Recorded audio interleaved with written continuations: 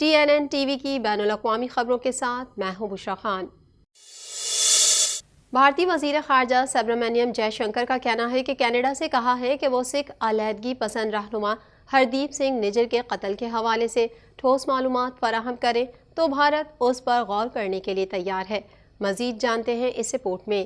بھارتی وزیر خارجہ سبرامنیم جے شنکر کا کہنا ہے کہ کینیڈا سے کہا ہے کہ وہ سکھ علیحدگی پسند رہنما ہردیپ سنگھ نجر کے قتل کے حوالے سے ٹھوس معلومات فراہم کریں تو بھارت اس پر غور کرنے کے لیے تیار ہے۔ نیو یارک میں کونسل آن فارن ریلیشنز کی ایک تقریب میں سکھ رہنما کے قتل کے حوالے سے لگنے والے الزامات پر بھارتی وزیر خارجہ جے شنکر نے کہا کہ ہم نے کینیڈا کو واضح کیا کہ یہ بھارتی حکومت کی پالیسی نہیں، اور یہ بھی کہا کہ اگر آپ کے پاس سکھ رہنما کے قتل کے حوالے سے کچھ خاص ہے، اگر آپ کے پاس کوئی متعلقہ ثبوت موجود ہے تو ہمیں بتائیں، ہم اس پر غور کے لیے تیار ہیں۔ سکھ رہنما ہردیپ سنگھ کے قتل کے رد عمل میں کینیڈا، امریکہ اور مختلف مغربی ریاستوں میں سکھ برادری کی جانب سے احتجاجی مظاہرے جاری ہیں۔ ہردیپ سنگھ قتل میں بھارتی ایجنسیوں کے ملوث ہونے کی کینیڈین وزیر اعظم کی تصدیق کے بعد دنیا بھر میں سکھوں کا شدید رد عمل سامنے آ رہا ہے۔ سکھوں کی جانب سے احتجاجی مظاہرے شدت اور زور پکڑنے لگے۔ پاکستان، کینیڈا سمیت مغربی ممالک میں سکھ برادری کی جانب سے احتجاجی ریلیوں کی صورت میں شدید غم و غصے کا اظہار کیا جا رہا ہے۔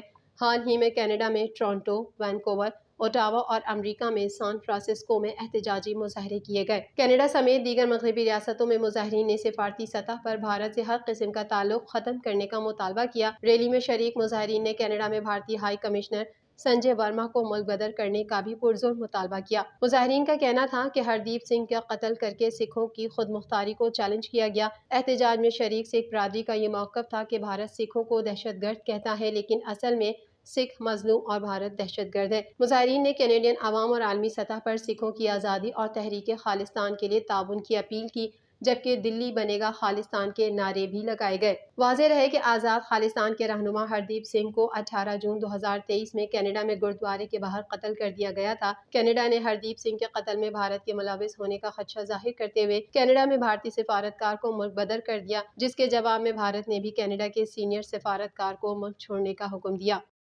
کینیڈا کی حکمران جماعت لبرلز کے ایم پی اینتھونی روٹا ایک سابق یوکرائنی فوجی کو پارلیمنٹ میں مدعو کرنے کے بعد ہاؤس آف کامنز کے اسپیکر کے عہدے سے سبکدوش ہو رہے ہیں۔ مزید تفصیلات اس رپورٹ میں۔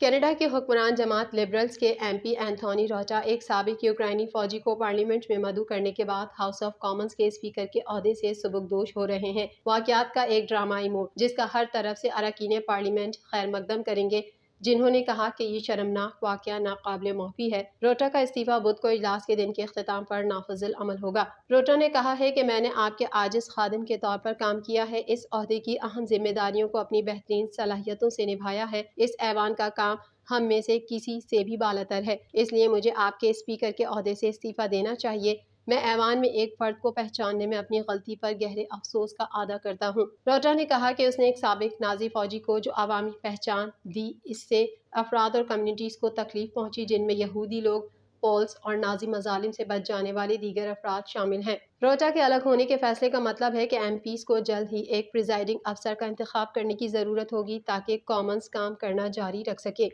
کینیڈا کے صنعت کے وزیر فرانسوا فلپ شیمپئن کا کہنا ہے کہ گروسری کے رہنماؤں کے لیے یہ ایک فائدہ ہے کہ وہ کینیڈا کی حکومت کے ساتھ مل کر خوراک کی قیمتوں کو مستحکم کرنے کا راستہ تلاش کریں۔ مزید جانیں گے اس رپورٹ میں۔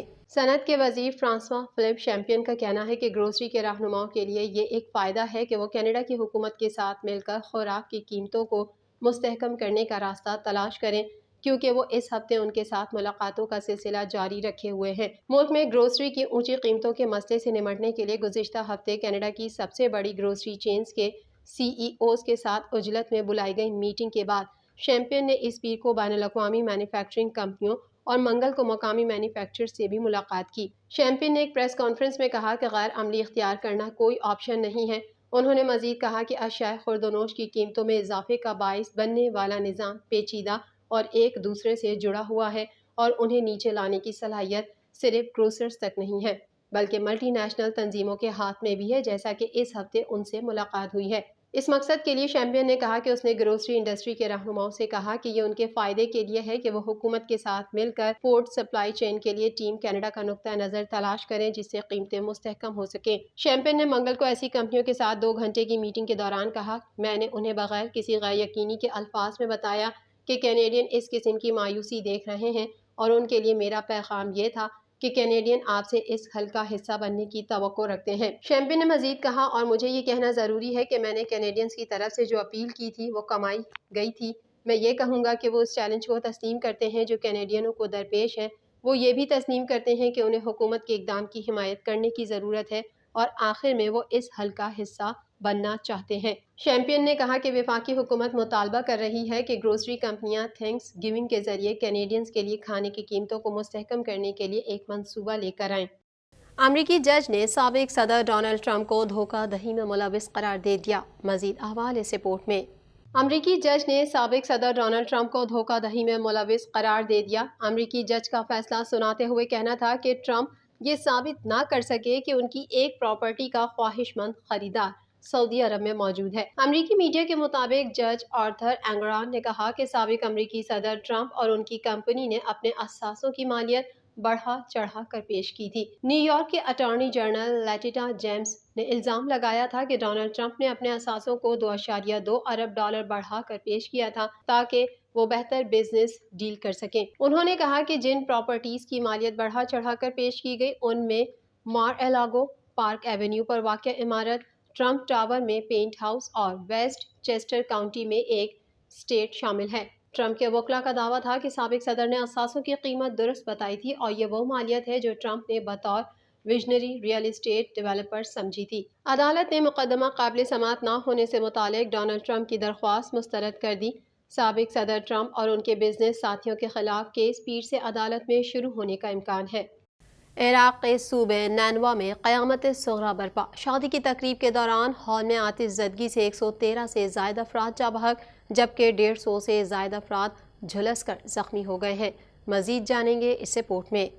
عراق کے صوبے نینوا میں قیامت صغریٰ برپا۔ شادی کی تقریب کے دوران ہال میں آتش زدگی سے 113 سے زائد افراد جاں بحق جبکہ 150 سے زائد افراد جھلس کر زخمی ہو گئے ہیں۔ رپورٹس کے مطابق عراقی وزارت شہری دفاع کا کہنا ہے کہ حادثے کی ابتدائی تحقیقات کے مطابق آگ آتش بازی کے سامان سے لگی تھی۔ کنسرٹ ہال میں الارم اور فائر فائٹنگ سسٹم کے لیے حفاظتی تقاضوں کا بھی فقدان ہے۔